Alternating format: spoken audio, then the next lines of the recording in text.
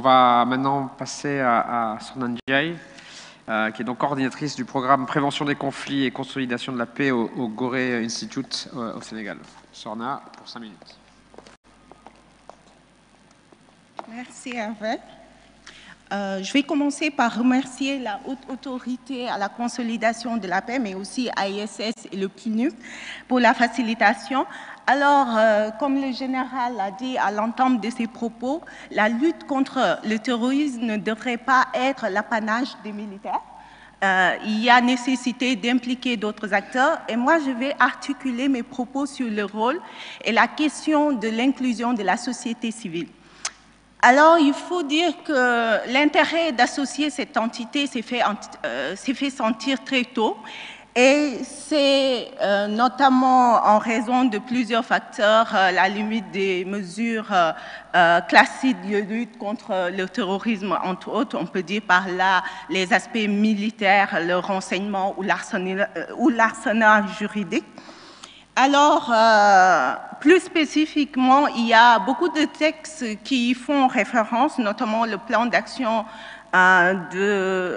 des Nations Unies contre la lutte contre le terrorisme, mais aussi au niveau national, régional plutôt, le plan d'action et la stratégie de la CEDEAO.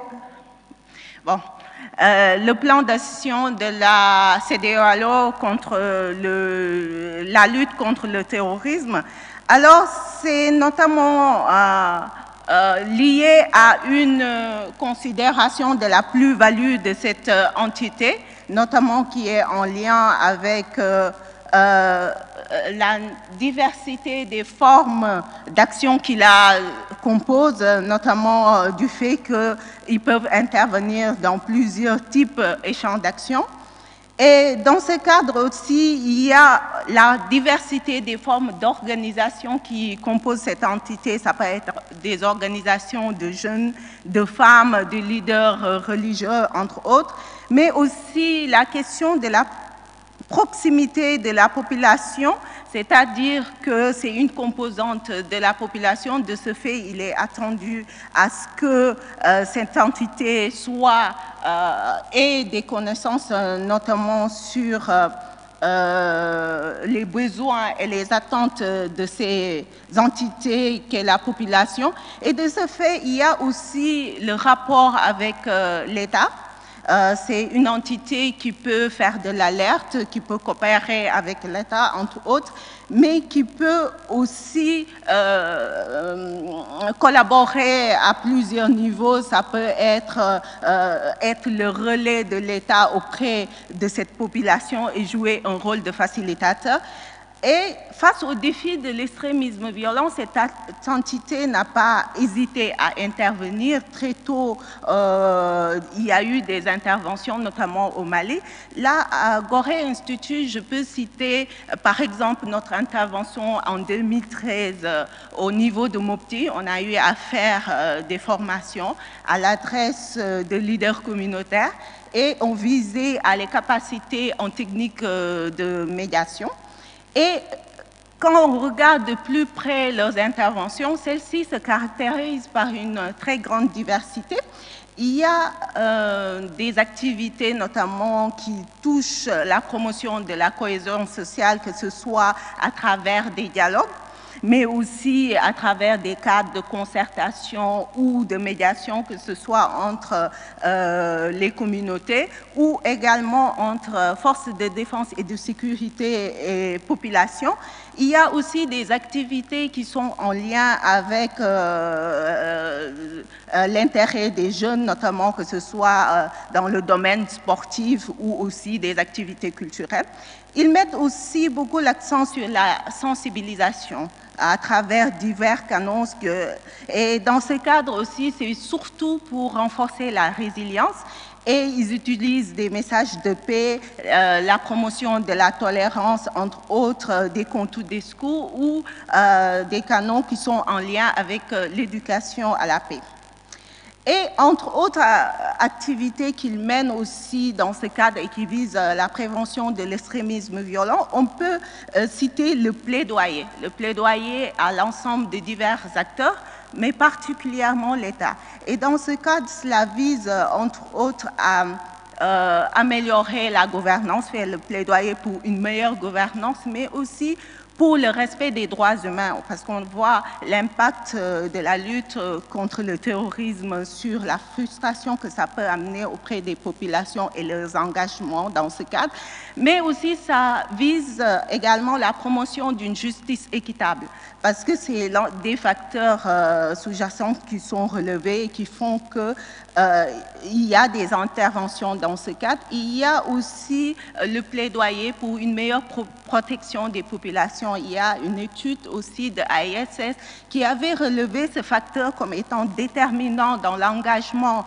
de certaines populations dans les groupes extrémistes.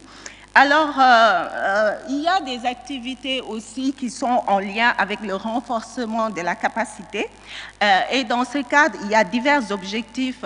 Ce renforcement de capacité, parfois, vise à favoriser la résilience des communautés, mais peut viser également à outiller les cibles en techniques de prévention pour les mobiliser dans le cadre de la lutte, mais aussi favoriser parfois l'insertion professionnelle de cibles qu'ils jugent vulnérables.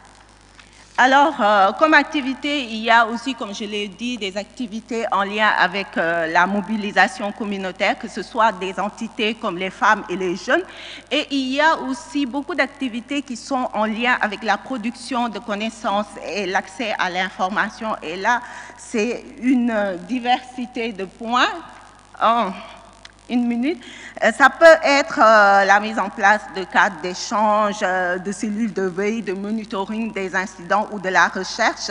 Et je vais venir sur les limites, parce qu'il y a un certain nombre de limites qui font que cette entité n'a pas autant d'efficacité que l'on voudrait, et qui fait que peut-être que la plus-value qu'elle devrait constituer pour l'État diminue. C'est en lien notamment avec la complexité du champ d'action, c'est-à-dire l'extrémisme violent. C'est un phénomène qui évolue et il est difficile de la maîtriser, dont un besoin de s'adapter. C'est aussi en lien avec la question de la pertinence des interventions. Répond-elle réellement aux besoins des populations? Ça renvoie également à la question de la difficile évaluation des interventions.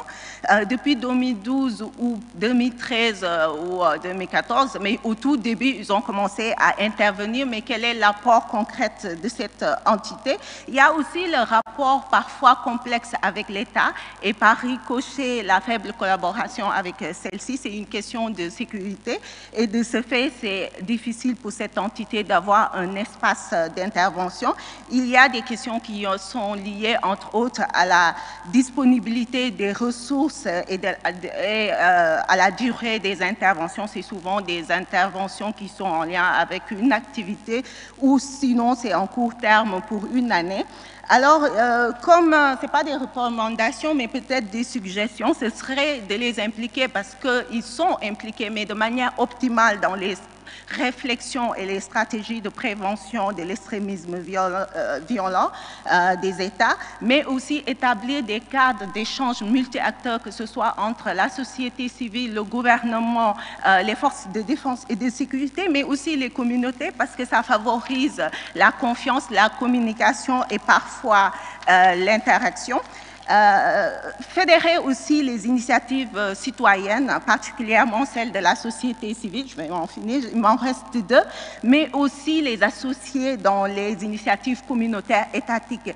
Et là aussi, les associer dans les processus de restauration de la confiance entre l'État et les communautés, ça pourrait être une plus-value. Et pour conclure, ce que je pourrais dire, c'est que, en dépit des limites que j'ai eues à relever, des défis et des contraintes, les organisations de la société civile, en raison de leur proximité avec la population, de la connaissance également du terrain et des outils et mécanismes qu'elles peuvent mobiliser, peuvent constituer de réels, peuvent constituer un apport certain dans la lutte contre le terrorisme et d'où la nécessité également pour les États de les associer et de réfléchir peut-être à des stratégies plus idoines.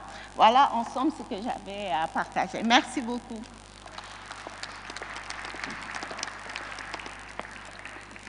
Jërëjëf